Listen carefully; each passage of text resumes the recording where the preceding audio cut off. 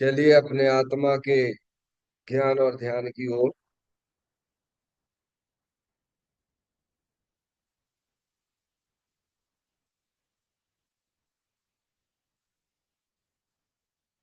अपने चंचल मन को एवं चंचल उपयोग को स्थिर करने के लिए जनवाणी माता के माध्यम से अपनी वर्तमान ज्ञान की पर्याय में सम्यक भेद ज्ञान उत्पन्न करते हुए शरीर शरीर से संबंधित जितने भी चेतन अचेतन पदार्थ हैं उनका मुझ भगवान आत्मा के साथ में किसी भी प्रकार का कोई संबंध नहीं है। इस प्रकार समस्त पर पदार्थों में अपने संबंध की वृत्ति को छोड़ते हुए अंदर में जो अखंड ज्ञान ज्योति स्वरूप भगवान आत्मा है उसमें ही वर्तमान पर्याय का संबंध जोड़ते हुए कि मेरा यह भगवान आत्मा सदा काल शरीर आदि पर पदार्थों से भिन्न एकमात्र अखंड ज्ञान ज्योति स्वरूप ही है।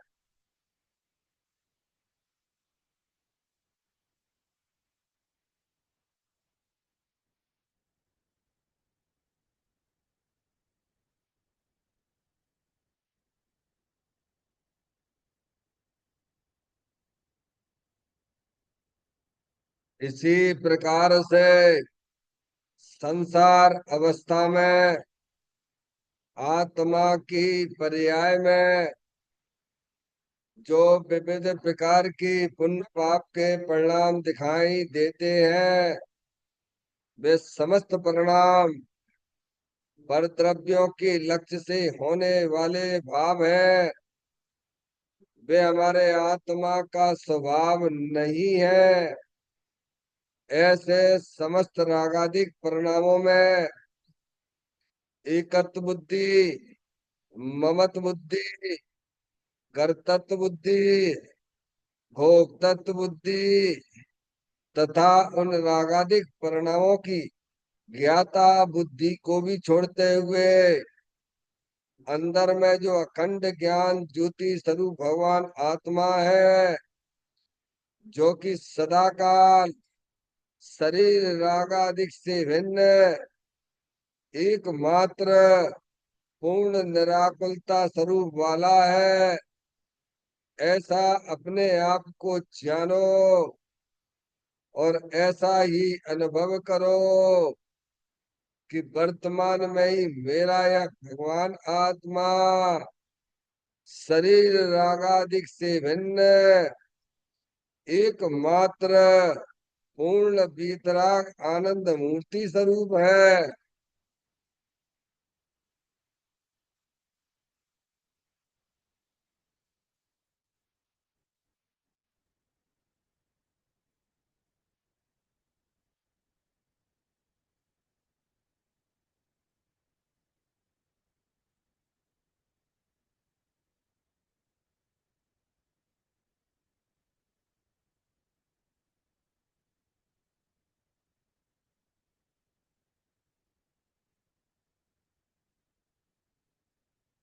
इसी प्रकार से संसार अवस्था में आत्मा की पर्याय में जो पर के लक्ष्य से होने वाला ज्ञान है वह परलक्षी ज्ञान भी हमारे आत्मा का स्वभाव नहीं है। वह तो इंद्रिय जनित ज्ञान है। इस प्रकार शरीर रागादि और परलक्षी ज्ञान की पर्यायों से भी भिन्न मैं तो एकमात्र अखंड ज्ञान ज्योति स्वरूप भगवान आत्मा हूँ। ऐसा अपने आप को जानो और ऐसा ही अनुभव करो कि वर्तमान में ही मेरा यह भगवान आत्मा शरीर रागादि और खंड खंड ज्ञान की पर्यायों से भी भिन्न एकमात्र अखंड ज्ञान ज्योति स्वरूप ही है।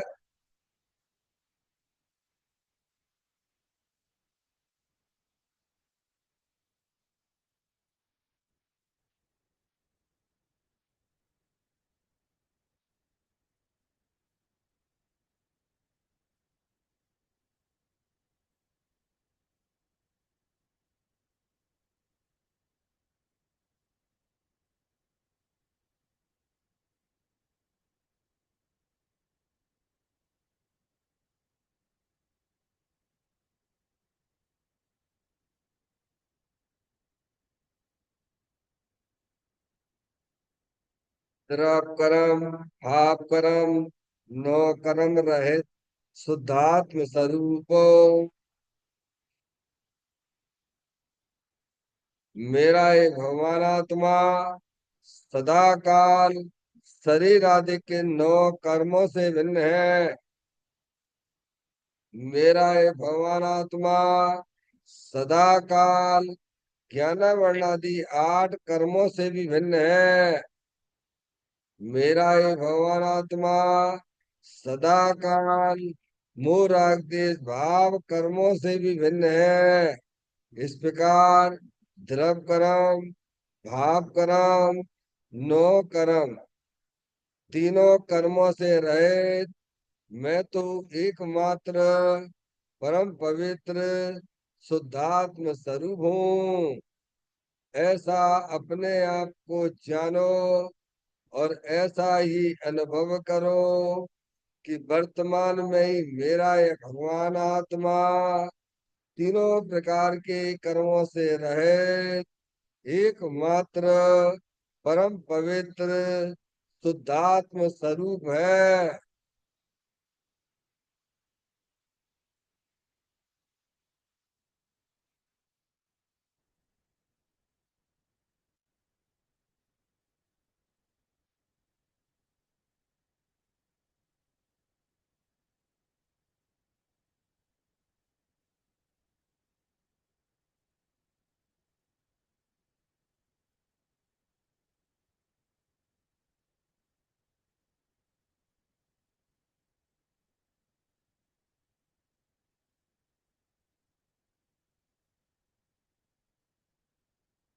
ओम नमः सिद्धेभ्यः।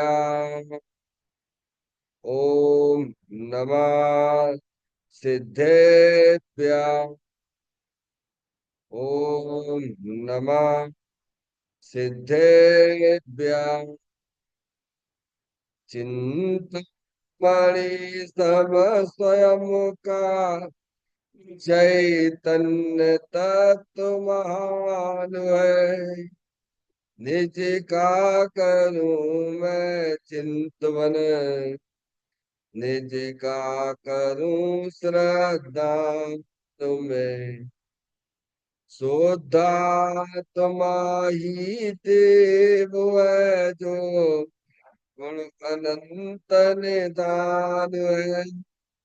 मैं स्वानुभव में देख लूं आत्मा स्वयं भगवान है। मैं स्वानुभव में देख लूं आत्मा स्वयं भगवान है। लिम्मण जान परठिया कम कलंक डैवी अप्पा लद्दऊ जैन परूं ते परमपड़ बेबी सब कर्म मल्लिका नाश करो प्राप्त कर निज आ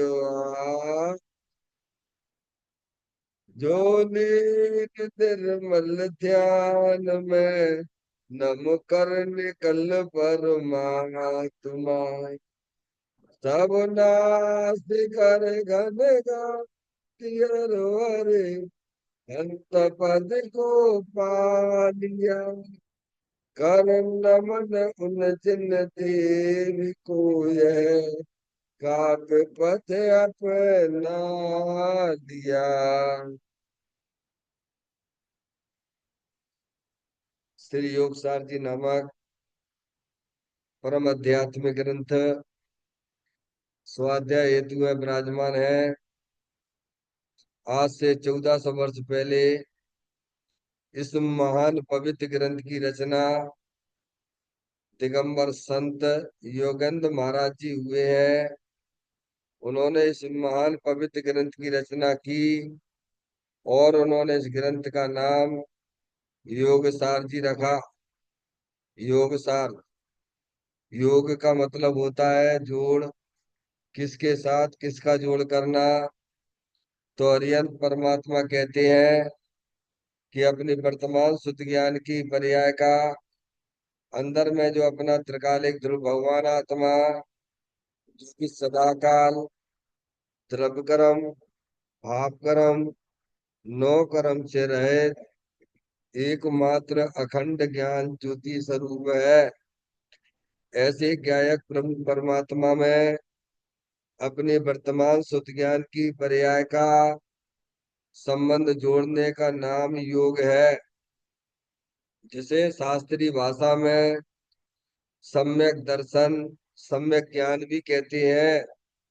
और चैतन्य भगवान आत्मा में ही अपनी वर्तमान पर्याय को मग्न कराना, लीन करना, स्थिर करना, उसे सार कहते हैं, यानी सम्यक चारित्र कहते हैं। तो योग सार क्या हो गया? सम्यक दर्शन, सम्यक ज्ञान, सम्यक चारित्र वाली निर्मल पर्याय, पवित्र पर्याय, जो अपने आत्मा के आश्रय से प्रकट होती है, इसे या योग सार कहते हैं। और इसे ही अरिहंत परमात्मा मोक्ष मार्ग कहते हैं और इसी का नाम धर्म है। देखिएगा, योग सार ग्रंथ के माध्यम से हम और आप यहाँ पर 71वें नंबर की गाथा का स्वाध्याय चल रहा है, जिसका मूल विषय यह है कि ज्ञानी किसे कहती है। जो पुण्य के परिणामों को भी पाप के परिणाम समान जानते हैं, वे ही जीव ज्ञानी है। पुण्य का परिणाम पाप रूप परिणाम क्यों है? क्योंकि पुण्य का परिणाम आत्मा की पर्याय में जो शुभ भाव उत्पन्न होते हैं, उसे आचार्य अमृतचंद देव ने आत्मघाती परिणाम कहा है। क्या है? पुण्य का परिणाम पाप परिणाम क्यों है? क्योंकि आत्म जो वस्तु है वह वीतराग आनंद मूर्ति स्वरूप है। तो और राग की उत्पत्ति होना, यही वास्तव में आत्मा के लिए हिंसा है। तो हिंसा तो पाप ही कहलाता है ना भगवान। अरे भाई, हिंसा को तो पाप ही कहते हैं ना। हम्म? जैसे पंचेंद्रिय के विषय वासना के परिणाम आत्मा की पर्याय में संसार अवस्था में होती हैं, वे पाप भाव है। हिंसा के, झूठ के, चोरी के, कुशील के, परिक्रिया के, पंच इंद्रिय के विषय वासना के परिणाम भी एकांत पाप रूप है। समझ में आया भैया? ऐसे ही स्वभाव भी, ऐसे ही स्वभाव भी आत्मा की पर्याय में कसाय की मंदता लिए होते हैं। समझ में आया भैया? देव सात गुरु की तरफ जब लक्ष्य होता है, तब आत्मा की पर्याय में शुभ भाव भी देखे जाते हैं। लेकिन वे शुभ भाव देव सात गुरु की वजह से नहीं हुए हैं। क्या? दोनों बातें समझना। जब जीव की पर्याय में शुभ भाव होता है, कसाय की मंदता का परिणाम होता है, उस समय सामने देव सास गुरु सामने होते हैं। लेकिन वे शुभ भाव देव सास गुरु के लक्ष्य से होने वाले भाव हैं, लेकिन वो उनके द्वारा नहीं होते हैं। वे नहीं कराते हैं शुभ भाव। उस समय जीव की पर्याय में शुभ अशुभ परिणाम उनकी योग्यता के अनुसार हर समय नए नए हुआ करते हैं। इसीलिए आरोप देव शास्त्र गुरु पे आ जाता है। जो आत्मा की पर्याय में जो शुभ अशुभ परिणाम होते हैं, वे देव शास्त्र गुरु या संसारी जीवों के द्वारा तो नहीं होते हैं। ना ही वे अंदर में जो आठ कर्म की रचना है उनके द्वारा भी नहीं होते हैं। आरोप जरूर आता है। जैसे बाहर में नौ कर्म पर देवसा गुरु का आरोप आ गया ना, यह स्वभाव है, तो वह देवसा गुरु है, समझे नहीं आप? तो आरोप आ जाता है। भगवान की पूजा करते तो बड़ा कह समय मन शांत हो जाता है, समझ गए नहीं आप? ये निमित्त का कथन है, समझ गए ना? उपादान का क्या है? ये स्वयं अपने सटकारक से शुभ अशुभ परिणाम होते हैं। अपना मूल विषय ये चल रहा है कि ज्ञानी उन शुभ भावों को पाप के परिणाम समान ही क्यों मानते हैं, क्यों जानते हैं? क्योंकि शुभ भाव भी आत्मा में उत्पन्न होने वाले जो इच्छाएं रागादिक परिणतियां शुभ भाव रूप है, वे आत्मघाती परिणाम है। क्या है? इसीलिए पाप भी है, इसीलिए पाप भी है वे। आत्मा घात करके पैदा होते नहीं। अब आत्मा का काम तो उपयोग का काम क्या था?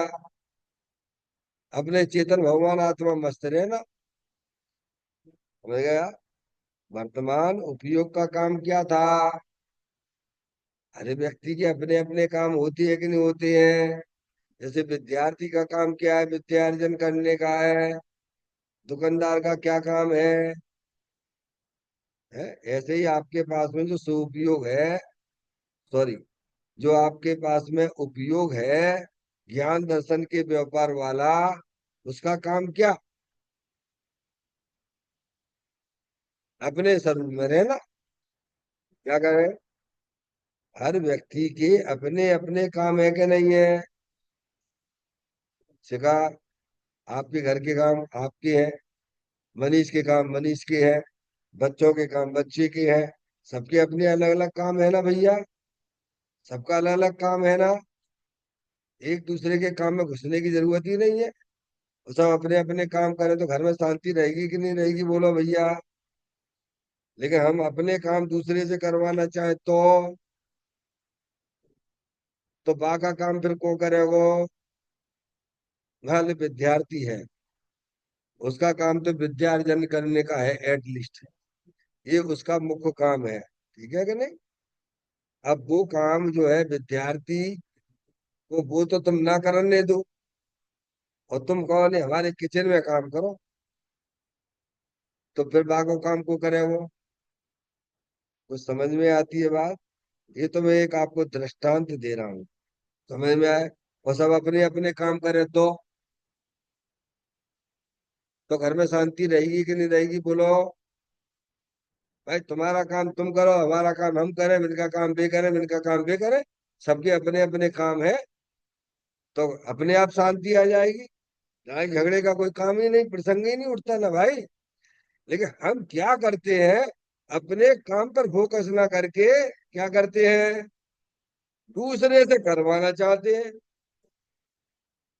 तो दूसरे का काम कौन करेगा फिर? बोलो भैया, कौन करेगा? थोड़ा सोचना विचार करना, ठीक है? ऐसे ही उपयोग का काम क्या है? उपयोग यानी ज्ञान दर्शन के व्यापार को उपयोग कहते हैं। आपकी भाषा में ये कहा जाए कि शुद्ध ज्ञान की पर्याय का काम क्या है? अब शुद्ध ज्ञान की पर्याय अपने चेतन भगवान आत्मा वीतराग आनंद मूर्ति स्वरूप है, उसका काम तो ना करे। कहाँ लगी रहे? संसारी जीवों के काम में लगी रहे। क्यों भैया? तो शांति मिलेगी क्या? है? कुछ नहीं तो भगवान की पूजा भक्ति में ही लगी रहे, तो शांति मिलेगी क्या? बोलो, शांति रह सकती है उस आत्मा में क्या? तभी तो हम बोलते हैं ना पूजा में, शुभ अशुभ की ज्वाला से झुलसा है मेरा अंतस्थल। यानी शुभ भाव को पाप के समान क्यों गिनते हैं? क्योंकि शुभ भाव भी एक प्रकार से आत्मा में उत्पन्न होने वाला राग है। और जब आत्मा की पर्याय में राग की उत्पत्ति होती है तो वो तो आत्मघाती है। तो प्रभु इस राग से हम कैसे बचे? हाँ, ये प्रश्न तुम्हारा बहुत अच्छा है। ऐसे प्रश्न उठाना चाहिए। तो प्रभु हम इस राग से कैसे बचे? चिंता की कोई बात नहीं।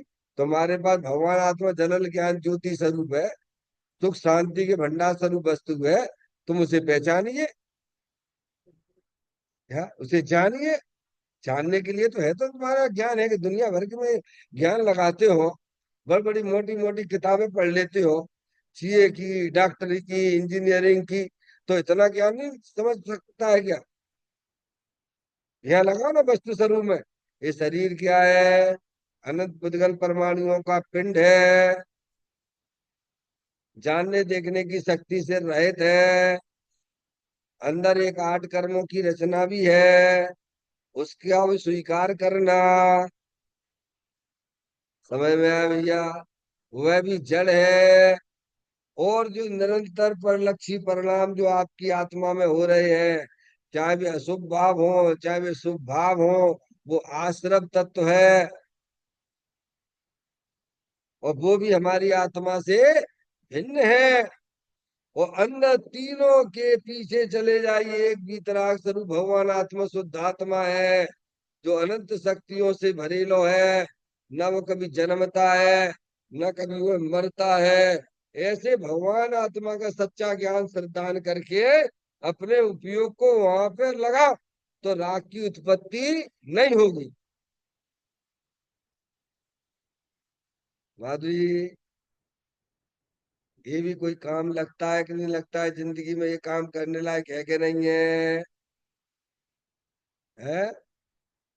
है? ये काम इसके लिए आए थे हमारा। अभी अपना काम तो तुम छोड़ के दूसरे के काम में दखल अंदाजी कर रहे हो, तो तुम्हारे परिणामों में कौन सी शांति रहने वाली भगवान? हम्म? भगवान तो ये कह रहे हैं, हम तुम्हें काम देते हैं ना, तुम्हें काम करने की बहुत है ना, तो तुम अपना काम करो ना भाई। तभी तो बच्चे के तुम अपना काम करो, मुझे अपना काम करने दीजिए। क्यों? क्योंकि दखल अंदाजी करने की जो हमारी मानसिकता है, वो आत्मा के लिए आत्मघाती है। समझ में आया भैया? आपको आपके परिणामों में कोई शांति आ नहीं सकती है, चाहे कितनी भगवान की पूजा कर लीजिए आप। समझ में आया भैया?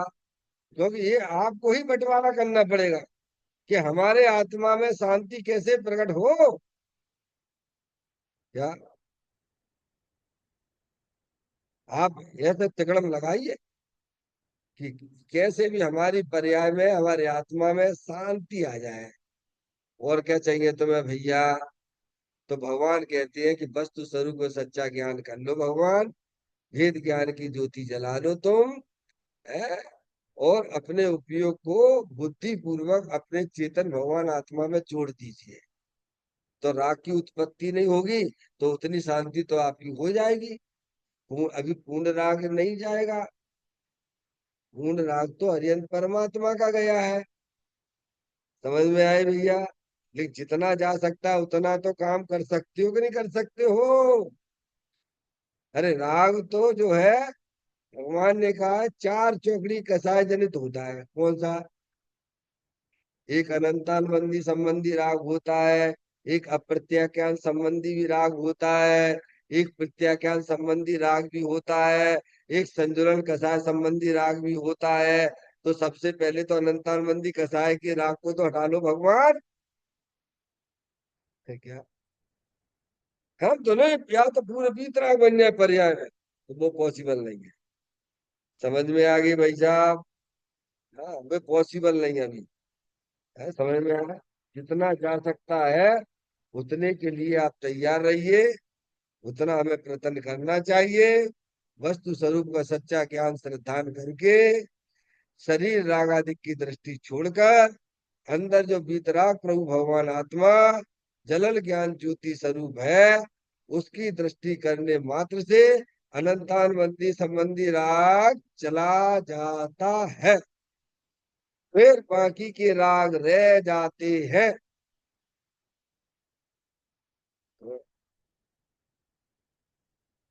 तो ज्ञानी जो है उन भाव को पाप भाव क्यों जानते हैं? क्योंकि वह राग भी आत्मा के लिए एक प्रकार से हिंसा रूप परिणाम है।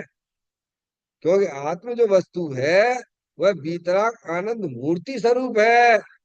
आत्मा में रागादिक की उत्पत्ति होना, अब ये नहीं कहना कि कौन से राग, राग तो दो प्रकार का भगवान ने बताया है, एक अशुभ राग बताया, एक शुभ राग बताया। अब तुमने भेद डाल दिए तो तुम्हारी गलती है, वैसे हमें है तो एक ही प्रकार का राग। अपेक्षा समझना पड़ेगी, है ना। इस गाथा का मूल विषय है कि ज्ञानी शुभ भाव को भी पुण्य का परिणाम जानते हुए, आत्मघाती परिणाम जानते हुए उस राग से अपनी दूरी बना देते हैं। क्या कर लेते हैं? जब तुम राग को अपने ही जानोगे तो बताओ तुम्हारी पर्याय में आत्मा में से राग कैसे जाएगा, बोलो?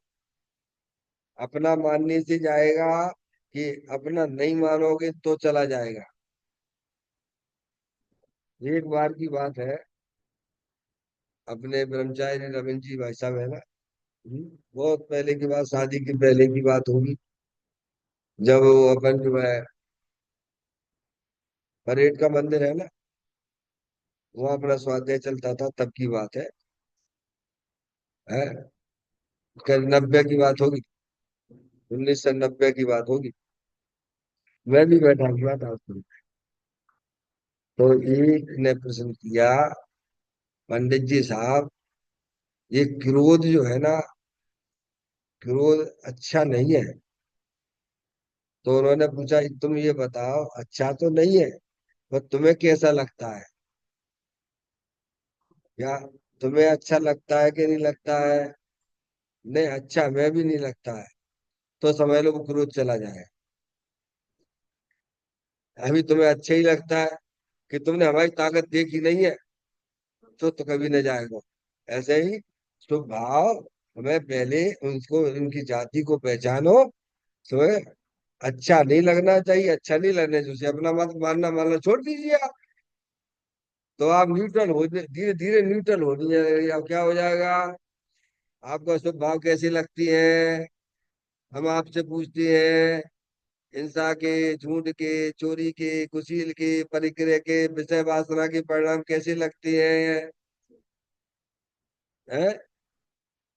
अच्छे नहीं लगते हैं ना? तो उनसे आप उनके निमित्तों से भी दूरियां बनाओगे कि नहीं बनाओगे? जिन निमित्तों से हमारी आत्मा में अशुभ भाव अच्छे नहीं, अशुभ भाव पाप भाव अच्छे नहीं लगते हैं, लेकिन हम उन निमित्तों को नहीं छोड़ेंगे। वाह अरे वाह, है, मोबाइल चलाते रहेंगे, चलाते रहेंगे, चलाते रहेंगे, भगवान हमारा नरक ना हो, हे भगवान हमें त्रियंच गति में ना जाए। अरे भाई, अशुभ भाव को जब तुमने बुरा जाना है तो उनके निमित्तों को अच्छा जानोगे कि बुरा जानोगे? है, फिर उनसे भी तो दुनिया बनाओगे कि नहीं बनाओगे? ऐसे ही, ऐसे ही शुभ भाव है। ठीक है, शुभ भाव भगवान ने कहा है कि आत्मा में जो शुभ भाव उत्पन्न होते हैं, कसाय की मंदता वाले परिणाम होते हैं, वे आत्मघाती परिणाम है। अरे राग की उत्पत्ति आत्मा में होना ही, वही वास्तव में आत्मा, वो आत्मा के लिए हिंसा है। ठीक है कि नहीं? देखो उसका निमित्त, उसका निमित्त, अब माँ का तो पक्ष आप रखेंगे ही रखेंगे, वो नहीं, बारह समझ नहीं। अभी तो पंडित जी साहब ध्यान में बैठे हैं, अभी दो चार बार और चढ़ाई लो। का कर लो, दो चार रंग चढ़ाएंगे तो हो का जाएगा तो बताओ पहले। एक पार्श्वनाथ के नाम का चढ़ा लो, एक महावीर भगवान के नाम का चढ़ा लो, एक जो है का आदिनाथ का भी चढ़ा लो, और एक ऐसा महार्घ भी चढ़ाए लो। तो हो का जाएगा तुम्हारा, ये तो बताओ भगवान। है, क्या हो जाएगा इससे? है, काय का पुण्य ऐसा पता ही नहीं है। सही बात तो ये है। ये एक एक भेड़ चाल है, ये क्या है? ये बात कहाँ से आई ये बता। ये चली कहाँ से, हवा कहाँ से चली है भगवान? जैसे एक छोटा बच्चा था ना पंजाब के अंदर, उसकी जो है, चल गई चल गई चल गई चल गई चल गई चिल्लाता हुआ चला। सब ने अपने शटर बंद कर लिए। वैसे भी वहाँ पंजाब में झगड़े भगड़े चलती रहती है, गोलियां वोली चलती रहती है। तो चिल्लाता हुआ चला, चल गई चल गई चल गई चल गई चल गई चल गई। तो कोई समझदार व्यक्ति था, बेटे इधर आने जरा, जरा पूछ तो ले कि कहाँ चल गई, क्या चल गई। बेटे जरा रुको बेटा, बेटे कहाँ चल गई, क्या चल गई। तो हमारी खोटी चोरनी थी, वो हमने चला दी। तो खुशी हो के हम निकल रहे थे बाजार में सुबह।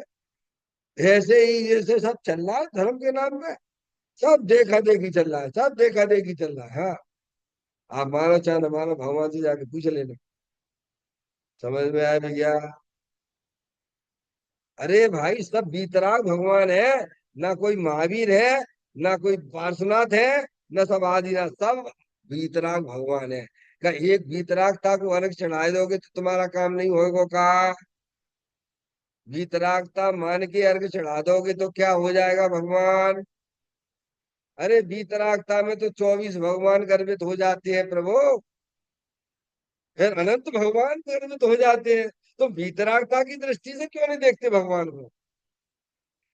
हम कहाँ अटक जाते हैं? फिर भेदों में ही अटक जाते हैं क्या? क्योंकि अटकने की आदत पड़ गई है ना। अरे जल्दी जल्दी से निपटो, भगवान पर अपने आत्मा के पास बैठ जा। माधुरी, कितना समय लेके आते अपन मंदिर में? घर से लेके तो आते होंगे, बच्चों को समझा के आते हो बेटे 1 घंटा हम जा रहे हैं मंदिर में। तो बच्चा भी समझता है ठीक है मम्मी, 1 घंटा के लिए गए, अपन भी शांति से 1 घंटे के लिए गए।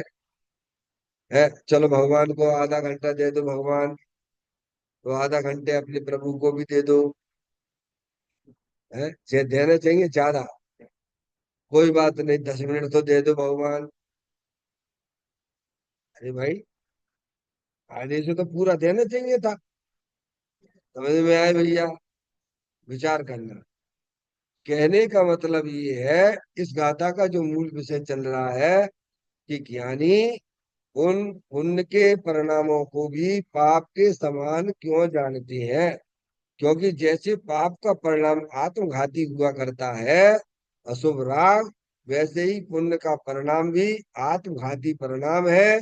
इसीलिए ज्ञानी की पर्याय में शुभ भाव होते जरूर है, लेकिन वे मान्यता में उनसे दूरियां बनाकर चलते हैं। समय काम एक आत्मार्थी को दूजो नहीं मन रो। गाथा का पाठ करते हुए पॉइंटों में विचार। हर पाप को सारा जगत ही भूलता है पाप है, पर कोई बिरला बुध कहे कि पुण्य भी तो पाप है। पॉइंट देखे अपन अगला।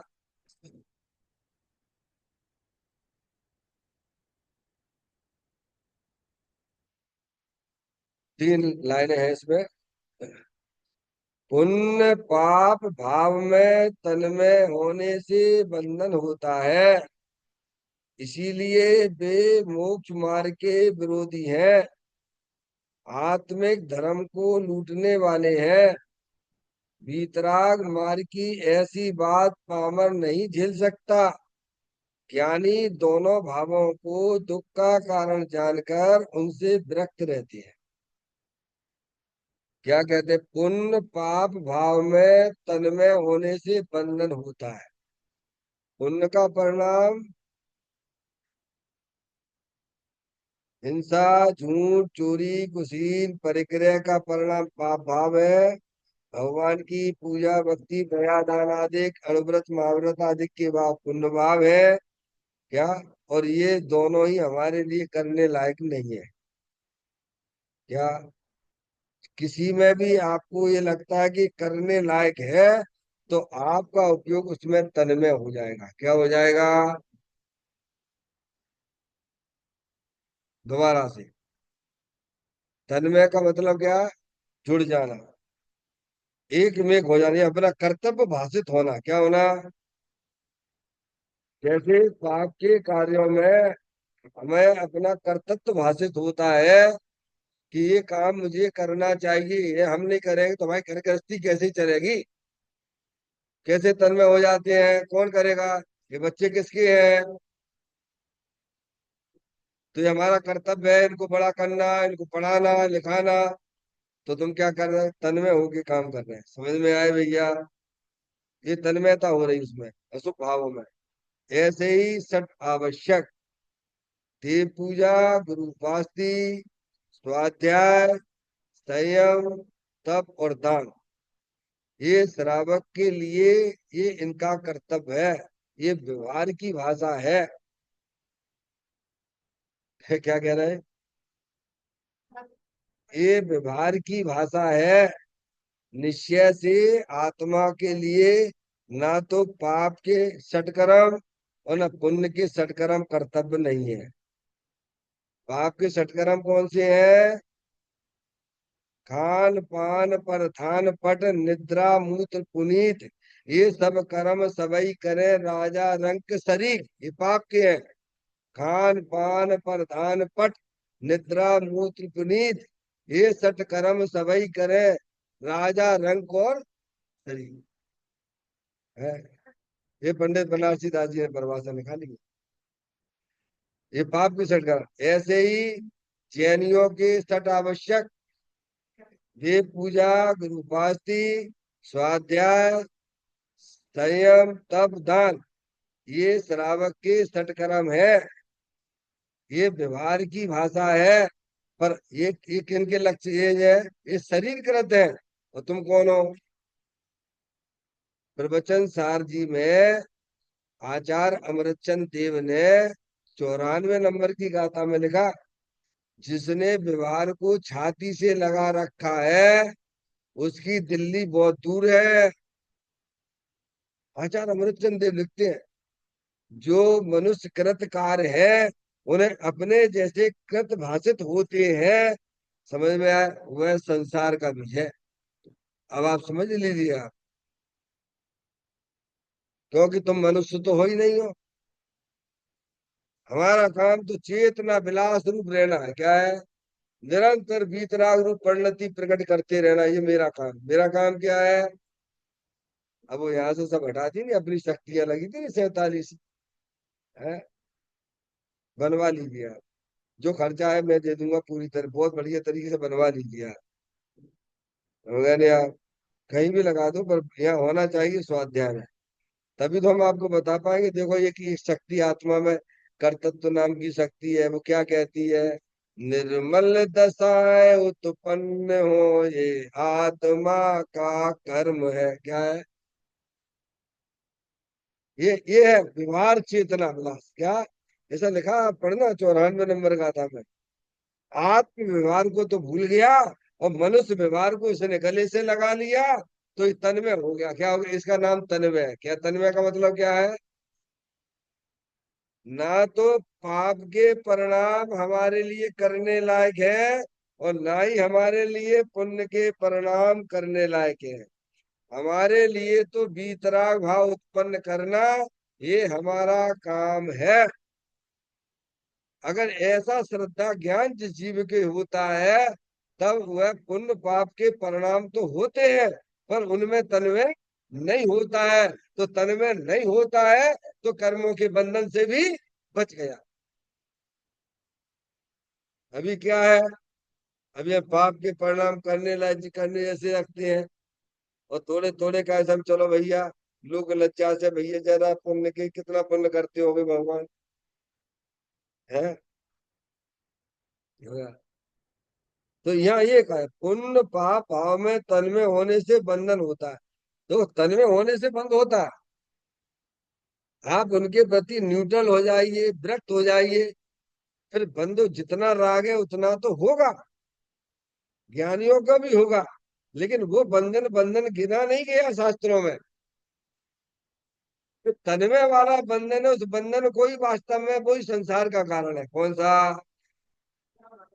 मिथ्यात्व रूपी बंधन। भाई अनंतानबंदी कसाय चली गई तो एक ज्ञानी के जीवन में बाकी की कसायों का राग का बंध होता है, पर वो बंधन को बंधन नहीं गिरा गया है। समझ में आए? वो तो निकल जाएगा वहां से, फटाफट निकल जाएगा। वही मिथ्या जनित जो बंधन है ना, कि मेरा ये कर्तव्य है, ऐसी जो अंदर में मान्यता है, वह मान्यता ही वास्तव में संसार का कारण है। इसीलिए ज्ञानी जीव तन में होता ही नहीं है। घर में रहता है तो कैसे रहता है? जैसे पानी में कमलनी पत्र कैसे रहता है। भरत जी घर में रहते थे, राजपाट में रहते थे, कैसे रहते थे बोलो? क्या उनको राग नहीं होता था? राग तो रहा, बिना बिना राग के तो घर में रुक ही नहीं सकते। अरे बिना राग के तो कोई कोई बड़ा सा बड़ा भी कोई कोई ना हो। क्या? राग है इसीलिए घर में रुका, लेकिन राग में तन में नहीं है। देखो भैया दूसरे दृष्टांत देते हैं। हाँ, भिन्न जान के रहने में क्या तकलीफ है? राग तो होगा, खाने का होगा, पीने का होगा, लड़ाई झगड़े का भी होगा, सब होगा। घबराना नहीं। राग हमने बताया, राग तो अनंतानबंदी संबंधी राग भी होता है, अप्रत्याख्यान संबंधी राग भी होता है, प्रत्याख्यान संबंधी राग भी होता है, संतुलन संबंधी राग भी होता है। अभी तुम्हें कौन से राग से बचने हैं? कि ये मेरा कर्तव्य नहीं है, एक बाप का कर्तव्य। अभी अपन चलो यहाँ आ गए भैया, है, अब आ गए। अब ये मेरी मम्मी है, ये मेरे पापा है, ये मेरे भाई है, ये मेरा बहन है। कहा कि तुम्हारे भाई और माता जी, ये तो सब शरीर से संबंधित है भगवान। तुम तो चेतनी सर भगवान आत्मा हो। तो वो राग टूटा अनंतानबंदी ऐसे जाता है, कैसे जाता है? पर राग रह जाता है, कोई द्वेष वाला परिणाम नहीं है, होने की बात नहीं है। समझ गया आप?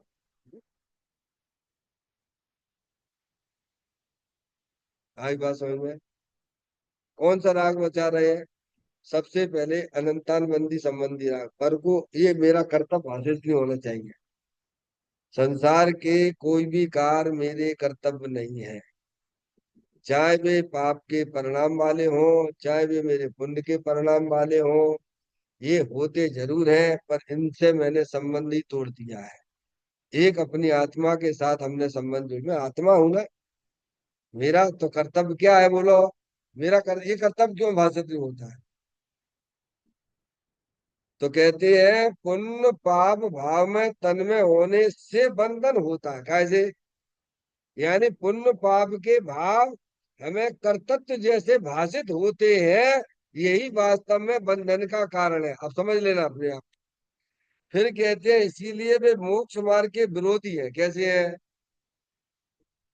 घर में जाते हैं तो मंदिर याद आता है, मंदिर में आते तो घर याद आता है। तो बोलो इस याद में क्या होगा?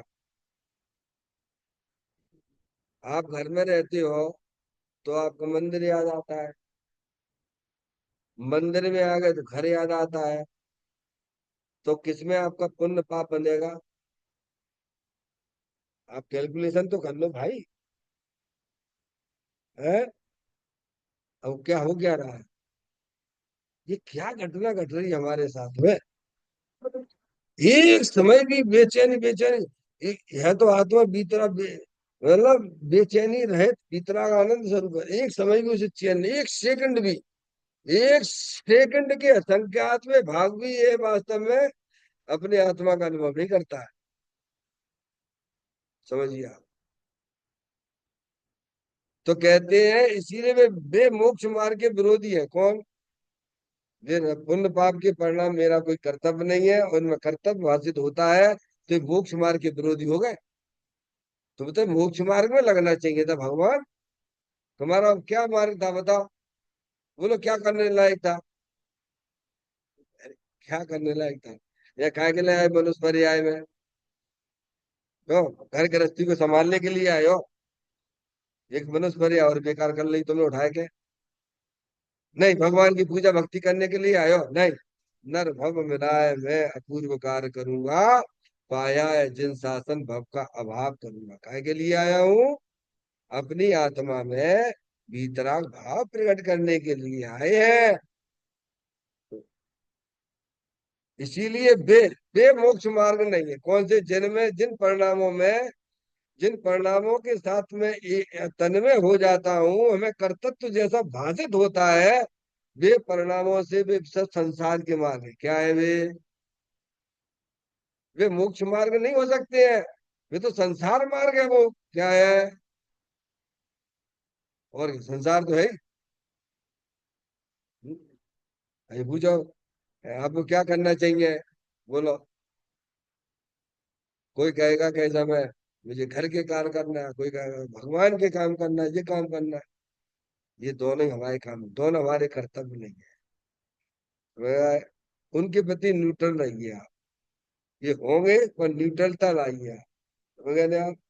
जिन्हें पुण्य पाप नहीं कीना, आत्म अनुभव चित दीना, तिन ही विधि आवत रोके, संवर नए सुख अवलोके। तो कहते हैं, वे ऐसे मार्ग जो जो कर्तव्य जैसे भाषित होते हैं, वे परिणाम बंध के कारण है, संसार के कारण है। वे कभी मोक्ष मार्गी हो सकते नहीं है। फिर कहते आत्मिक धर्म को लूटने वाले हैं, ये पहले हमने चर्चा में लिया था। अपना आत्मा कैसा वीतराग स्वरूप है। समझे? आत्मिक धर्म को लूटने वाले वीतरागता का उसमें हिंसा, राग की उत्पत्ति होना ही वास्तव में हिंसा है। अपने आत्मा घात होता है, पर घबराना नहीं है। ये चलेगा। ठीक है, भूमिका के अनुसार चलता है। आप तो सच्चा ज्ञान करो। पहले ये तो समझो, बैर मुक्ता हमारे लिए दुखदायक है। समझ गए ना आप? और इन्हें अपने विरोधी समझो। ये हमारे आत्मा के वितरा भाव को नाश करने वाले हैं। अहितकारी परिणाम है ये। आत्मिक धर्म को लूटने वाले हैं। वीतराग मार्ग की ऐसी बात पामर नहीं झेल सकता। क्या कहा गुरुदेव श्री ने? उससे कहे चुपचाप बैठ जाओ शांति से। है? शांति से बैठ जाओ। कैसे बैठ जाए? दुनिया भर का तो काम हमें दिख रहा हो और तुम कहे शांति से बैठ जाओ।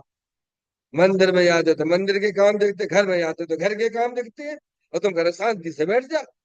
होगा होगा। ये मंदिर की बात है, मंदिर में किया करो।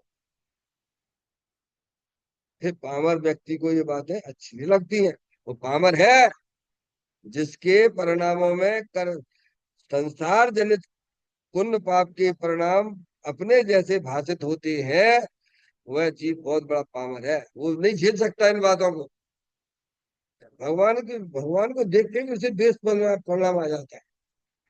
या हाँ हाँ, आप उसके अभिप्राय को जब पढ़ोगे ना, अरे भगवान के शांति चुपचाप बैठो भगवान, तुम्हारा कोई काम है नहीं, तुम तो महाराजा हो, चैतन्य राजा हो, अपने आप को पहचानिए आप। तो कहते हैं वीतराग मार्ग की ऐसी बातें पावन नहीं झेल सकता। ज्ञानी दोनों भावों को दुख का कारण जानकर उनसे विरक्त रहते। क्या रहते हैं? ज्ञानी, चाहे वो पाप के परिणाम हो, चाहे वे पुण्य के परिणाम हो, दोनों ही परिलक्षी भाव है। और दोनों ही परिणामों में, हमारे परिणामों में शांति नहीं आ सकती है। ज्ञानी इसीलिए पुण्य पाप के परिणामों से, उनके विषयों से दूरियां बनाकर अन्न चेतन भगवान आत्मा, जो कि बीतराग आनंद मूर्ति स्वरूप है, सुख शांति के भंडार स्वरूप है। मैं आपको हजारों बार कहता हूँ, आपको पुण्य अच्छी तरह करना है तो उसकी विधि यही है। बढ़िया अष्ट तरफ से भगवान की पूजा करते हो ना, अपने आत्मा का चिंतन करो, विचार करो, अपने उपयोग को अपने चेतन भगवान आत्मा की तरफ ले जाओ, तो ऐसा पुण्य बनेगा जैसे अष्ट तरफ से भगवान की पूजा करने से पुण्य ना बने। समझ में आ गई भगवान? तो तुम्हारी समझ छुड़ाए दे रहे हो। अब जाए, ये बड़ी तकलीफ है। पर ज्ञानियों को भी देव सागर की अवलंबन का परिणाम आता है भगवान। पर दोनों में अंतर समझो। हम तो अंतर बता रहे हैं आपको। हम ये ना कह रहे कि वो पाप होता है। पारसमणि, हम ये ना बता रहे तुम्हें। अरे जुलूस में भी जाएंगे। अभी देखो कैसे में है। अभी अभी आप देखो कैसे में। पारसमणि, अभी देखो भाई, अभी अपने समाज के अंदर बहुत बड़ी आपत्तियां भी आ रही हैं। ध्यान दो, क्या कह रहे हैं? है? बहुत बड़ी आपत्तियां भी आ रही हैं। देखो, वहां पे आपकी बम्बई में मंदिर को तोड़ दिया। समझ में आया भैया? आपके ललितपुर में वो श्वेतांबर के साधुओं को पीट दिया। समझ में आया भैया? नीमच में कहने का मतलब है। अब इसमें जो है, अब इसमें आप चुपचाप बैठे रहोगे, ये आपको अपना व्यवहारिक कर्तव्य समझ में आता है कि नहीं आता है? जब आपके कोई घर को तोड़ देगा तो आप चुपचाप बैठे रहोगे क्या? क्या हमें धर्म यही भी सिखाता है क्या? समझ में आया? मैं तो कहता हूँ, चाहे वह स्थानक वासी हो, चाहे वह श्वेतांबर हो, चाहे वह दिगंबर हो, चाहे मुनि पंथ वाला हो, चाहे सोनगढ़ वाले हो, सबको शरण लेना चाहिए साधु परमेष्टि की समय। क्या? अभी ये भेद मत डालिए। और ये साधु परमेष्टि जो बाहर में है, उनके निर्देशन में अगर आप चलेंगे सब पूरी समाज, तो कोई ताकत नहीं है कि समय आपको अलग कर सके। लेकिन हमारे मार्गदर्शक वर्तमान में व्यवहारिक दृष्टि से जो बाहर में साधु है, उनके साथ खड़े होने में कोई बुराई नहीं है। सबके विचार अपने अपने हो सकते हैं, पर ये बातें घर की घर में ही रहने दो। लेकिन बाहर में तो हमें प्रदर्शन उनके साथ में खड़े होके ही कर पाएंगे। आपकी कोई नहीं सुनेगा, आप कितने ही बड़े सोनगढ़ी क्यों ना हो। समझ में आया भैया?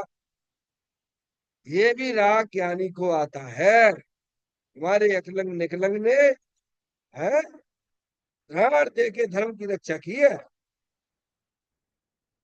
समझ में आए भैया? इसीलिए मैं तो पूरी समाज से ये कहना चाहता हूँ, यहाँ पे 400 मुनिराज जो आ रहे हैं, उन सबके पास जाके बात करना चाहिए। और जो भी उनके नायक हैं, विशुद्ध सागर जी जो भी हो, उनके पास जाके सारी बातें करना चाहिए। ये मौका बहुत अच्छा आया है, और सबको एक साथ आवाज उठाना चाहिए। यहाँ कोई स्थानक वासी नहीं, कोई मुनि पंथ नहीं, कोई जो है सोनगढ़ी नहीं, तेरा पंथी नहीं, कोई दिगंबर नहीं, कोई श्वेतांबर नहीं, सब एक पंथ वाले हैं। बाहर में तो हमें एक मैसेज जाना चाहिए, तभी आपकी यूनिटी होगी। समझ में आया भैया? तो ऐसा परिणाम भी ज्ञानी को इस प्रकार का स्वभाव भी आता है। स्वभाव कई प्रकार के होते हैं, है? जुलूस में जाने का भी होता है, संगठन का भी होता है, भगवान की पूजा का भी होता है। लेकिन अपने आत्मा के चिंतन विचार में भी भाई साहब बहुत बड़ा पुण्य बनता है। आगे बात समझ।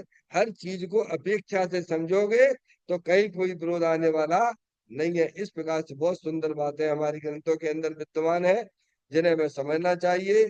ज्ञानी पुण्य के परिणाम को भी पाप का परिणाम इसीलिए जानते हैं क्योंकि वह राग है, और राग आत्मा आत्मा वीतराग स्वरूप है, आत्मघाती परिणाम है। इसीलिए पुण्य के परिणाम को भी पाप के समान जानकर उनसे दूरियां बना लेते हैं। मैं तो चेतनेश्वर भगवान आत्मा हूँ। तन्ने का स्मरण प्रति क्षण करो रे, भव के अनंत दुख को पल में हरो रे। अक्षय अनंत निज सुख निदान पाओ, गाओ अरे नित इसी के गीत गाओ। गाओ अरे नित इसी के गीत गाओ।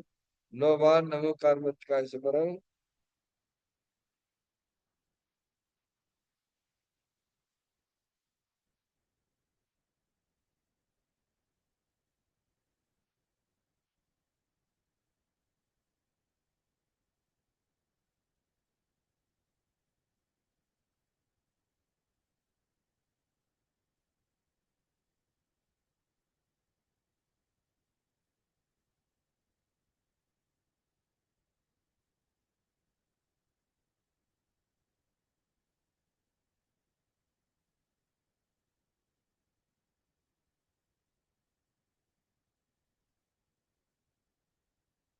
बोलो द्वादशांग दिनवाणी माता की जय। महान जैन धर्म की जय।